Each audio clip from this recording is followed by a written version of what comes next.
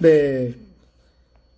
요한복음 14장 16절 26절에도 다른 보혜사 또 성령께서 이 모든 것을 생각나게 하실 것을 말씀하셨습니다.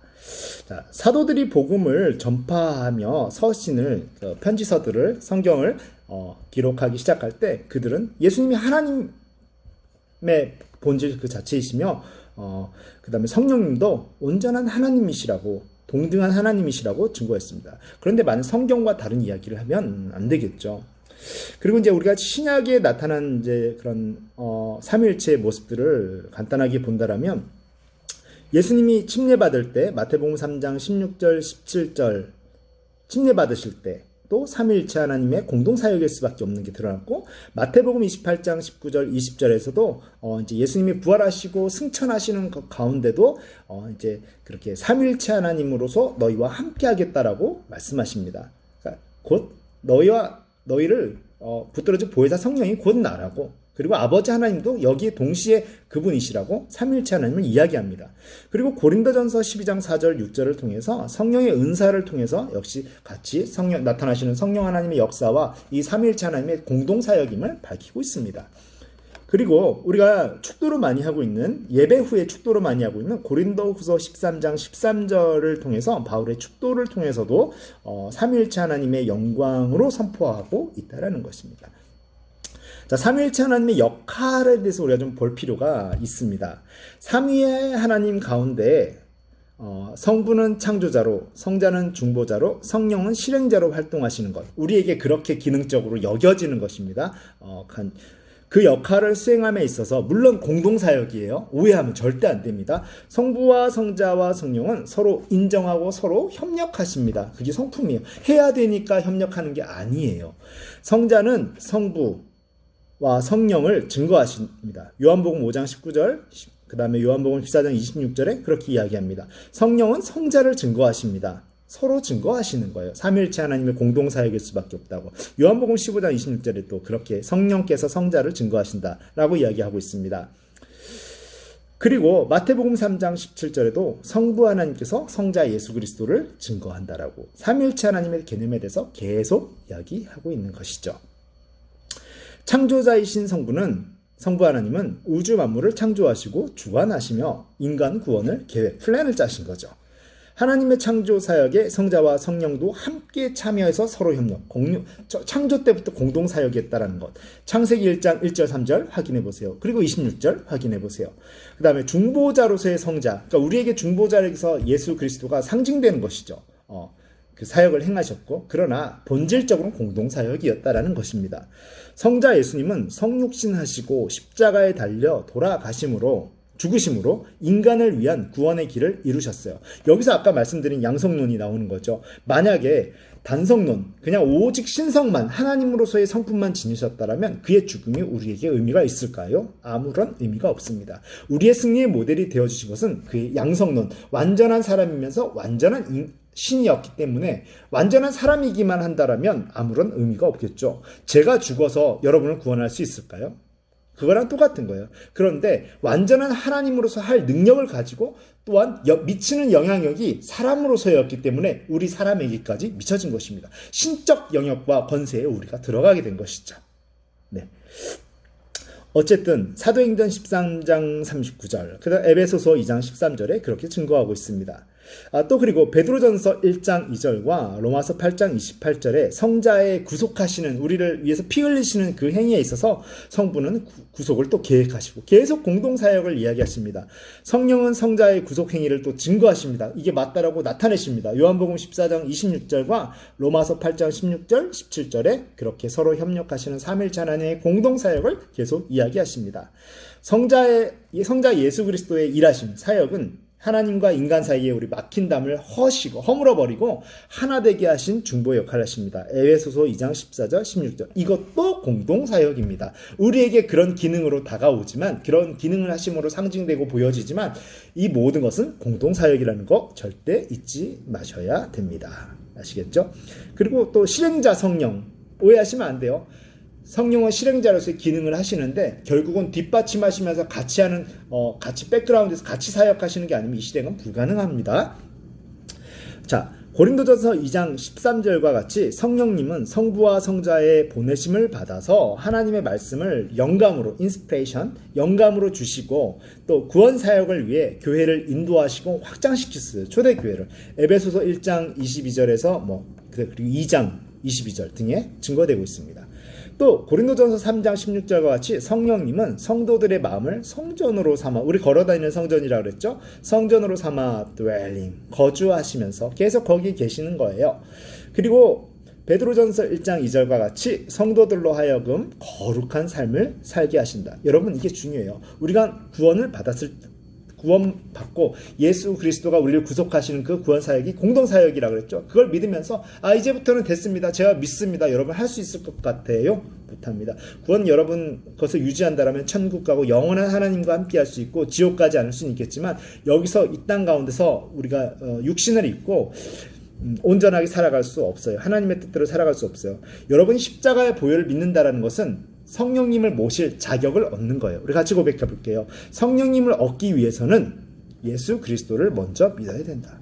그러니까 예수 그리스도를 믿는 목적이 뭡니까? 그를 믿고 아담과 하와가 잃어버렸던 그 교제함, 성령님과의 완전한 교제, 다시 말하면 삼위일체 하나님과의 교제예요. 성령님과의 교제는 삼위일체 하나님과의 교제를 계속적으로 할 때 우리는 성령이 주시는 생각, 생활, 모습, 방식대로 살아갈 수 있다라는 거예요. 성령께서 계속 우리에게 지속적으로 현재적으로 역사하시고 은사를 주시고 붙지 않으시면 우리는 살아갈 수 없어요. 마음으로는 예수 그리스도를 믿었기 때문에 이렇게 살아야 된다고 알고 있는데 그게 행해지지 않는다는 거예요. 용서가 되지 않는다는 거예요. 누군가를 용서해도 용서가 되지 않고 신앙적으로 살아갈 수가 없는 것이죠. 음란하고 싶어도 음란하지 않을 수가 없게 되는 것이고요. 우리는 연약한 존재입니다. 예수 그리스도를 믿었기 때문에 성령님과 교제할, 삼위일체 하나님과 교제할 자격이 주어진 거죠. 그것을 취해야 돼요. 우리가 정말 테이크해야 될 것은 1차 예수 그리스도 이후에 2차 계속 성령님과의 교제를 통해서 온전한 사람을 살아가는 것, 삼위일체 하나님과의 영원한 교제인 것이죠. 네, 그렇게 성자 예수님께서 열어놓으신 성결의 길을 따라서 성령님은 성결을 완성하시는 거죠. 갈라디아서 5장 16절 24절, 데살로니가 후서 2장 13절, 베드로전서 1장 12절에서 1장 2절에서 그렇게 이야기하고 있습니다. 그러나 성결을 행함에 있어서 결국 삼위의 하나님이 협력하신다라는 것 반복적으로 얘기합니다. 잊어버리시면 안 돼요. 관련 성구를 좀 한번 볼까요? 에베소서 1장 4절에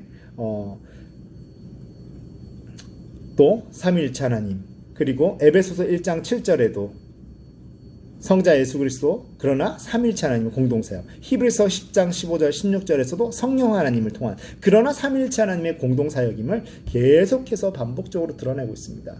우리가 만들어낸 개념이 아니라 성경 안에서 정립한 올바른 신앙이라는 것이죠.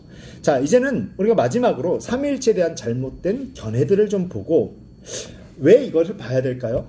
내 안에, 여러분 제가 다 이야기하지는 않겠지만 하나하나 짚어보면 나도 모르게 내가 지도자가 아니니까 이단 정죄를 받지는 않았을 뿐이지, 사실 내가 가지고 있던 생각은 동상이몽이었네, 성경과는 다른 생각을 가지고 있었네, 다른 이해를 가지고 있었네 라고 혹시나 그런 생각이 든다면 오늘 바꾸시면 됩니다.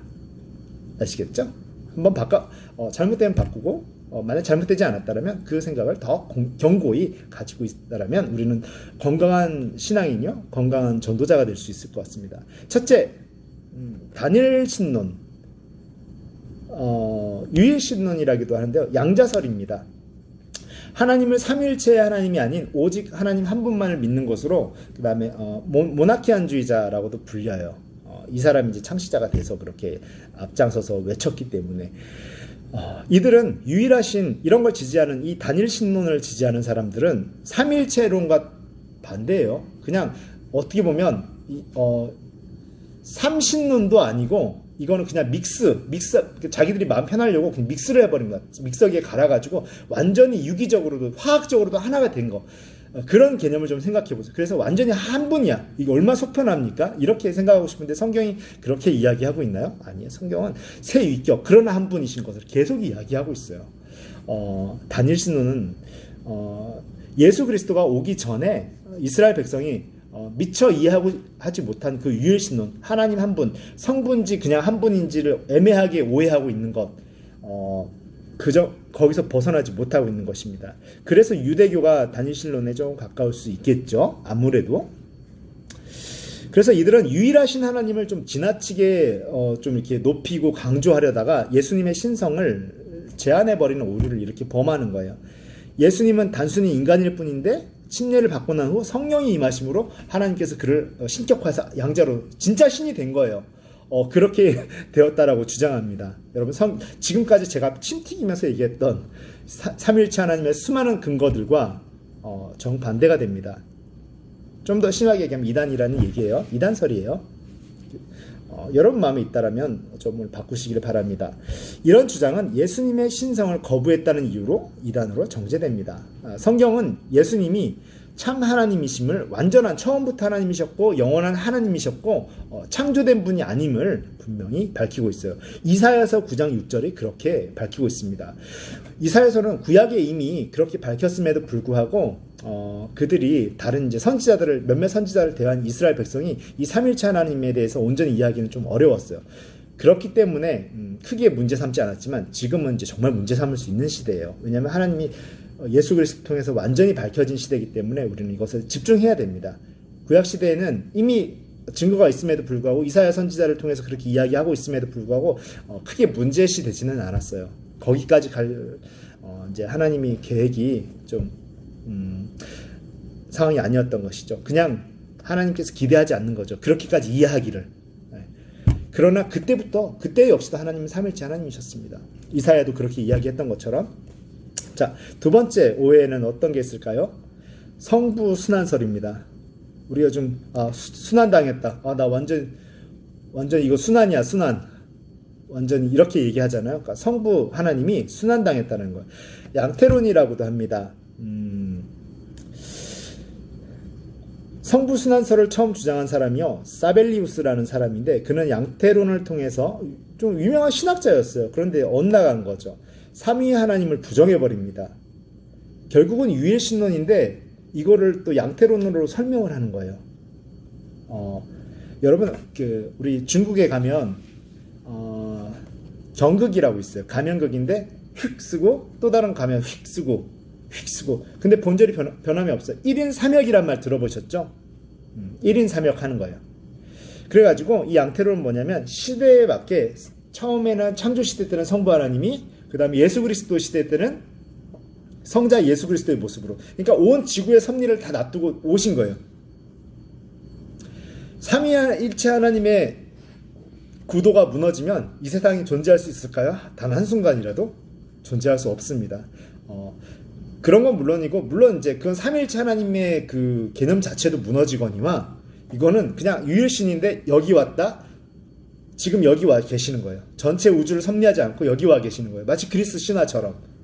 그리고 지금은 성령님의 모습으로, 우리가 알고 있는 영원한 성부 하나님과 성자 예수 그리스도께서 계속 우리를 위해서 피 흘리심을 위해서 한 번 흘리신 피로 기도하고 계시는 거, 중보하고 계시고, 그리고 그 중보에 힘입어서 성령 하나님이 일하시고 계시는, 한 번도 변함이 없는 이 삼위일체의 구도와는, 개념과는, 신학적 개념과는 완전히 다른 것이죠. 그러니까 성부가 이렇게 굉장히 고생하신 거죠. 이 성부 순환설에 따르면 양태론이라고도 합니다. 그러니까 모양 형태가 계속 바뀌었다 그래가지고 양태론. 경극하고 똑같은 거예요. 하나님이 시대마다 1인 3역을 하신 거예요. 지금은 성령의 시대니까 성령의 모습으로.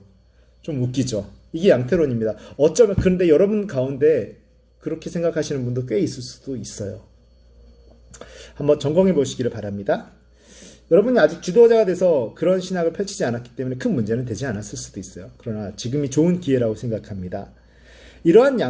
그렇기 때문에 이 사벨리우스는 동일하신 하나님이 구약시대에는 성부로 나타나시고 신약시대에는 성자의 모습으로, 그러니까 이 사람이 정의하고 있는 하나님의 모습도 사실 애매해요. 그냥 성자의 모습으로 나타났고, 지금은 뭉뚱그려서 얘기한 거예요. 그냥 지금은 성령으로 나타난 것뿐이라고 그렇게 애매모호하게 주장합니다. 예수님께서 이 세상에서 활동하시는 동안 하나님은 천국에 계시지 않았어요. 천국이 비어 있었다라는 얘기입니다.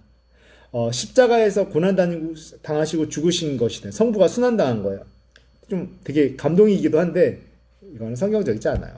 이러한 양태론적, 모양 형태가 바뀌는 그 양태론적인 주장은 성부와 성자가 본질상 하나라는 점을 지나치게 강조한 나머지 예수님의 인성을 그냥 외면해버려서 그 교회 회의에서 이단으로 정죄됩니다.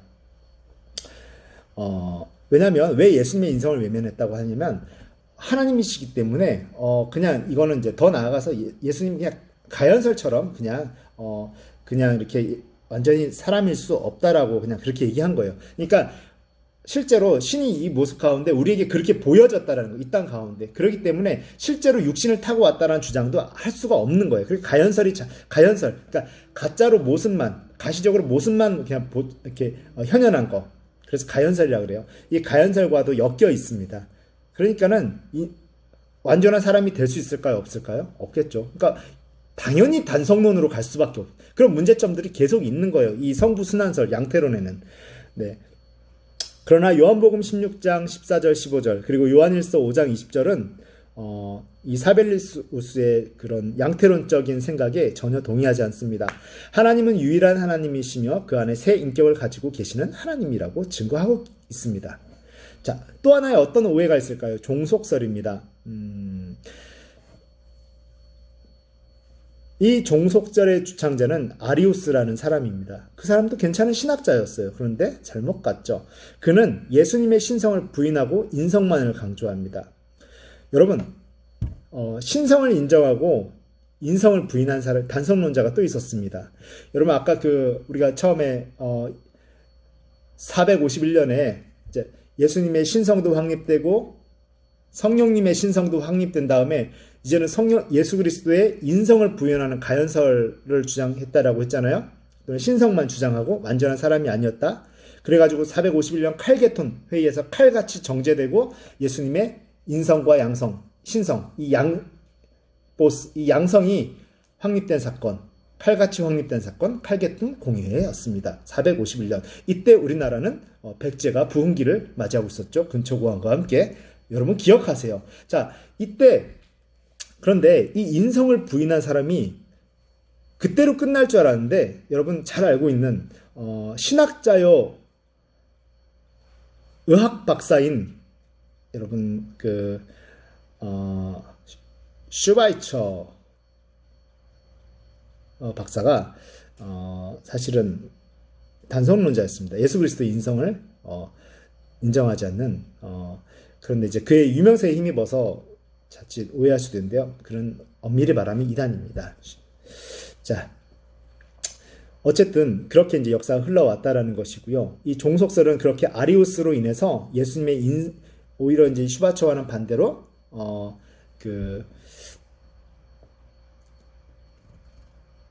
신성을 부인하고 이제 인성만을 강조하죠. 그러면 사실은 양자설로도 갈 수밖에 없는 거예요. 다 엮여 있습니다. 왜냐하면 원래 신이 아니었는데 완전한 사람이었고 그냥 모범적인 인생에 불과했다라고 그렇게 그러니까 하나님께 종속된 사람, 완전히 동등한 삼일체가 아니라는 거예요. 그러나 시편 2편 7절 또는 골로새서 1장 15절에 이것을 근거로 그가 이렇게 얘기합니다. 예수님은 모든 피조물보다 먼저 지음을 받은 첫 피조물로서 하나님과 본질적으로 같은 존재가 아니라고 이렇게 오해석합니다. 그러니까 시편 2편 7절과 골로새서 1장 15절에 지음받았다라는 그 내용에 빡 삐리 꽂혀가지고 피조물이야 라고 얘기하는데 여러분 결코 그렇지 않습니다. 이러한 주장은 예수님이 하나님께 종속되었다라는 논리를 펴는데 옳지 않습니다. 빌립보서 2장 6절에 이에 대해서 성경은 성부, 성자, 성령은 그의 영광과 본질에 있어서 동일하신 하나님이심을 분명히 밝히고 있어요. 즉 예수님은 하나님께 지음을 받으신 존재가 아니라는 겁니다. 결코 하나님께 종속된 존재가 아니십니다. 그래가지고 그래? 이 종속절을 너무 주장하기는 좀 어렵다. 반만 주장하자. 그래서 하프 종속절이라고 해서 반종속설이 또 나옵니다. 이단설입니다. 이건 뭘까요? 이 반종속설을 주장하는 자들은 그래서 반만 아리우스주의자, 반아리우스주의, 그러니까 반대한다라는 뜻이 아닙니다. 할프 아리안주의자들이라는 거예요. 반만 아리안주의자들이라는 겁니다. 이들은 예수님은 하나님과 본질적으로 비슷하지만 하나님께 종속되어 있다라고 또 애매하게 주장을 합니다. 예수님은 하나님과 동일하시다라고 하는 정통 교리와 예수님은 하나님과 달리 피조물이며 신성이 없다는 종속절의 중간 입장을 취합니다. 그러니까 예수님이 하나님보다 좀 낮은 위치에 있다라는 거예요. 그러니까 완전히 이게 뭐냐, 이게 이제 나중에 조금 애매하게 가는데요. 뭐 성령 발출설, 성자 발출 출생설 등으로 이제 가고 있는 것이죠. 근데 이게 이제 그래서 성령 발출설 막 이렇게 가는데요. 이게 기원이 됩니다. 그래서 예수님이 하나님으로부터 창조된 존재는 아니고 동등한 본질로 했는데 뭔가 여기서 발출이 된 성부 하나님으로부터 출생이 된 그 출생설을 이야기해요. 여러분 이게 별거 아닌 것 같은데 이것도 성경이 분명히 명시적으로 삼위일체 하나님의 기원을 이야기하고 있기 때문에 성령이나 성부가 거기서부터 출생했다는, 창조는 아닌데 거기서부터 나왔다는 거예요. 이 의미도 좀 애매모호하지만 출생설은 여러분 조금 안 됩니다. 물론 서방교회는 그동안 출생설을 이단이 아닌 것으로 해오기도 했는데 출생설마저도 이제는 현대 신학에서는 아니다라고 이제 정의가 되었습니다. 여러분 그것이 더 건강한 신학인 것 같습니다. 그 삼일체 하나님의 온전한 동등성과 기원을 여러분이 고수하셨으면 좋겠어요. 그러나 성경은 요한복음 그래서 5장 21절에서 23절까지 이런 주장을 압축해버립니다. 성경은 예수님은 모든 면에서 하나님과 동일한 분이심을 정확하게, 출생한 분도 아니라는 거, 처음부터 같이 계셨다는 분임을 밝히고 있습니다. 자, 이번에는 또 성령 이단설이 있습니다. 이제 성자를 건드리지 않고 성령을 건드리는 거예요. 성령 이단설을 주장한 자들은 마케도니안주의자 또는 성령 회방파라고 부릅니다. 우리 아까 성자 예수 그리스도의 신성을 확립하고 나서 이제 또 성령의 신성을 확립하는 그 사건들이 좀 있었다 그랬죠. 그리고 나서 451년에 5세기 중반에 그다음에 칼게톤 회의에서 예수 그리스도 인성까지 양성이 확립되었다라고 합니다. 또는 이들은 성령 회방파라고도 부릅니다. 성령님은 인격을 가진 하나님이 아니라 단지 어떤 능력이나 숨결 또는 도덕적 감화 능력 등인 물리적인 에너지에 불과한 피조물로 보는 겁니다. 이러한 주장은 성령님의 신성과 인격성 자체를 전부 다 부정해버려요. 그래서 여러분 놀라지 마세요. 이걸 듣는 여러분도 상당히 그렇게 생각하는 분이 많을 수도 있어요. 다 목사님들이 저도 목사지만 잘못한 것 같습니다. 이런 부분들에 대해서 애매모호하게 가르친 것들. 어쨌든 성령님을 다른 두 위격, 포지션, 성부의 위격과 성자의 위격보다 열등하게 보는 잘못을 범하고 있습니다. 열등한 정도가 아니죠. 이에 대해서 성경은 성령님은 아버지와 아들, 성부와 성자와 동등한 위치에 계시다고, 그리고 인텔리전스, 그 다음에 감정, 판토스, 그리고 의지, will을 가지고 계시는 인격적인 분임을 정확히 밝히고 있습니다. 고린도전서 2장 11절과 요한복음 16장 8절 13절에서 이것을 확인할 수 있습니다. 그래서 우리는 삼위일체 하나님을 잘못 이해하면 하나님은 세 분의 하나님으로 존재한다, 삼신론, 쉽게 가는 거죠. 하는 다신론이 되기도 합니다. 이에 대해서 성경은 하나님의 유일성을 강조하고 있어요. 신명기 4장 35절 또는 마가복음 12장 29절, 고린도전서 8장 4절 등에서요. 그러나 하나님의 단일성을 이렇게 또 지나치게 강조하다 보면 예수님과 성령님의 인격과 특성을 그냥 마구잡이로 무시하는 일신론, 그냥 일신론, 너무 편한 거예요. 일신론으로 빠지게 됩니다. 이건 혼합에 관련된 거죠. 그냥 갈아가지고 하나로, 진짜 하나로 만든 것처럼. 그렇게 되지 않습니다. 새 인격이 그대로 살아 있어요.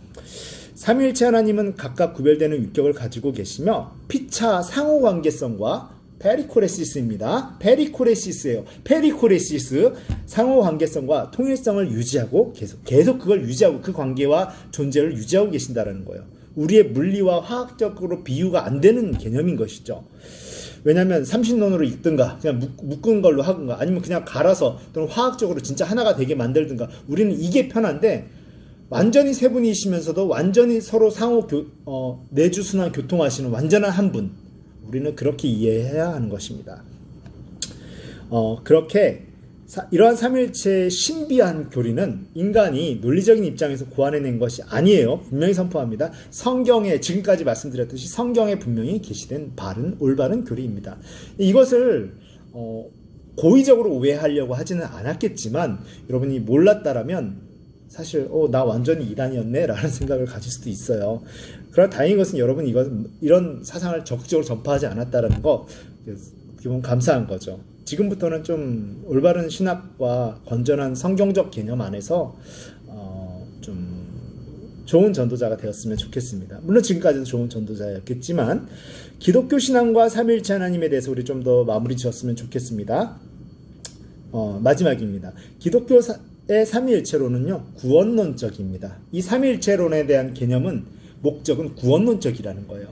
그러니까 성경적이고 실천적인 특징을 지닙니다. 이게 무슨 뜻일까요? 기독교의 삼위일체론이 구원론적이다. 어떻게 이해를 해야 될까요? 어떤 의미로 받아들여야 될까요? 자, 여러분, 그 삼위일체론은 제가 말씀을 안 드린 게 있는데 내재적인 삼위일체론이 있고 그 다음에 경륜적인 삼위일체론이 있습니다. 사실은 제가 이미 설명을 했던 개념에 다 포함이 되어 있어요. 자, 내재적인 삼위일체론은 페리코레시스 개념, 혹시 설명하실 수 있으세요? 이 정도 되면 설명하실 수 있어야 돼요. 그러니까 하나님의 본질을 규명하는 우리의 활동인 거예요. 그래서 하나님의 본질이 이런 본질이다. 세 분이면서 완전히 하나인 서로 안에서 내주 순환 교통하시는 분, 페리코레시스적인 개념을 가지신 분이시다 라고 정의하는 거. 그래서 우리가 내재적인 삼위일체로는 하나님의 본질을 규명하는 우리의 활동인 거예요. 우리의 이론인 것이고, 그러나 우리가 창조한 건 아니죠. 그런데 경륜적 삼위일체로는 포커스를 어디에 맞추느냐에 따라서 우리가 포커스를 어디에 맞추느냐, 하나님의 본질에 맞춘다면 우리는 내재적인 삼위일체론, 페리코레스적인 개념이죠. 거기에 맞추고 우리가 포커스를 이 하나님의 활동을 어떻게 맞출 것인가, 경륜적인 하나님의 라는 것은 우리가 이제 하나님의 이제 다양하게 역사하시는 방식, 이제 기능, 성부 하나님과 성자, 성령 하나님의 삼위일체는 완전한, 언제나 처음부터 끝까지 단 한 번도 빼지 않고 공동사역임에도 불구하고 그들이 성자 하나님의 기능으로 우리에게 나타나고 다가오는 것, 성령 하나님의 활동으로 먼저 다가오는 것. 그러나 성령님이 다가오는 이 행위 자체가 삼위일체 하나님의 역사라는 것은 사실은 내재론적인 그 하나님에서 우리가 알 수 있는 거죠. 왜냐하면 삼위일체 하나님이니까 본질적으로 같은 분이시기 때문에 동시에 다가오시나. 그러나 우리는 성령님이 다가오시는 걸로 느껴지는 거. 이렇게 우리는 기능을 구분합니다. 우리 입장에서. 그렇기 때문에 그런 관점으로 보는 것을 경륜적인 삼위일체론 또는 내재적인 삼위일체론. 자, 경륜적인 삼위일체론은 뭔가요? 우리에게 다가오는 기능을 중심으로 하나님의 성부, 성자, 성령의 위격의 그 기능을 구분하는 것. 그러나 사실 우리가 한 걸음 더 나가서 예수 그리스도의 사역, 우리에게 다가왔죠? 그러나 이 사역 가운데는 삼위일체 하나님의 공동사역이 사실은 뒤에 숨어 있었다. 그러나 지금 다가오시는 성령님의 역사, 삼위일체 하나님의 역사, 이거는 내재론적인 삼위일체론적인 이해로 우리가 시도를 하는 것이죠. 그렇게 내재론적 삼위일체론과 경륜적인 삼위일체론을 이해할 수 있다는 것입니다. 여러분, 하나님은 좋으신 하나님이십니다. 이제 마무리인데요. 그의 독생자 예수 그리스도를 이 땅에 보내시어 십자가에 못 박혀 돌아가게 하시고 부활하게 하심으로 인간을 구원하셨다라는 사실에 근거합니다. 성부 하나님이 좋으신 하나님이신 것은 그 아들을, 우리에게는 아들이라고 표현이 안 되는 것입니다. 그러나 열등성을 가지고 아들이라는 개념을 자꾸 이해하면 안 돼요. 그 아들을 성도에게 보내주셨기 때문입니다. 아버지의 보내신 자 예수 그리스도를 통해서만이 성도들은 좋으신 하나님을 만날 수 있습니다. 삼위일체 하나님의 공동 역사를 계속해서 우리가 생각하면서 묵상할 때 좋으신 하나님을 만날 수 있습니다. 왜냐하면 삼위일체 하나님의 공동 역사를 계속 인지해야 우리에게 은혜가 되거든요. 자, 그 다음에 구속자 예수 그리스도.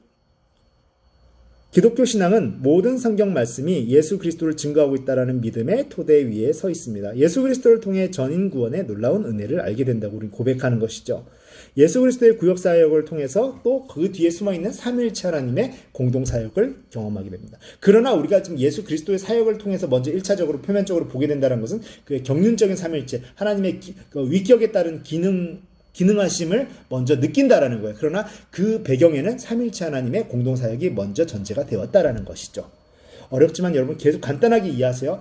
경륜적인 하나님, 우리에게 다가오는 사건을 통해서 표면적으로 드러나시는 것, 성령님이신지 예수 그리스도의 사역인지, 천지를 창조하신 성부 하나님의 뜻인지, 이런 이해하는 시도 자체가 경륜적인 삼위일체. 그러나 우리가 한 걸음 더 나아가서 그런 표면적인 사건들, 우리에게 다가오는 예수 그리스도의 사역, 성자의 사역, 성령의 사역 뒤에는 항상 매번 삼위일체 하나님의 공동사역이 있다고 인지하고 이해하는 활동은 내재적인 삼위일체, 존재론적인 삼위일체론을 이야기하는 것입니다. 그래서 지금은 경륜적인 삼위일체 하나님의 차원에서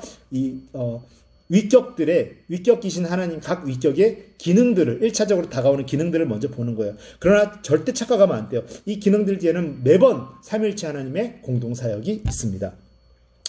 보혜사 성령님. 자, 경륜적인 삼일체 하나님의 기능을 보는 거예요. 성령님은 성도로 하여금 좋으신 하나님을 만나게 하며 예수 그리스도를 드러내고 증거하시며 예수님께서 행하신 모든 것을 생각하게 하시고 가르치십니다. 성도들은 성령의 사역을 통해서 성자에게로 인도되고 성자를 통해서 좋으신 하나님을 만나게 됩니다. 삼일체 하나님을 만나게 됩니다. 자, 이것도 경륜적인 사고방식이죠. 우리 나쁜 건 아니에요. 그런데 자, 이걸 넘어서서 우리는 존재론적으로 항상 그 뒤에 삼일체 하나님의 공동사역이 있다는 것 절대 잊지 마시고 그런 사고를 가지고 묵상에 임하신다면 여러분의 묵상은 풍성해질 거라고 저는 확신합니다. 여러분 마지막으로 같이 한번 선포할게요. 삼일체 하나님의 공동사역. 네, 여러분 잊지 마십시오. 이것을 기초로 하나님을 이해하면서 묵상을 시도한다면 여러분의 묵상은 건전해지고 달라질 수밖에 없는 것입니다. 여러분 사랑하고 축복합니다. 이제는 다음 시간 우리 제 5과가 되겠죠. 제 5과에서 하나님의 주권은 무엇인가에 대해서 좀 개념신학적으로 다루고 이제는 예수 그리스도에 대해서 본격적으로 6과부터는 들어갈 겁니다. 한 5챕터 정도를. 다음 과 5과 하나님의 주권을 마지막으로 이제 예수 그리스도에 대해서 넘어갑니다. 6과부터는. 네, 여러분 사랑하고 축복합니다.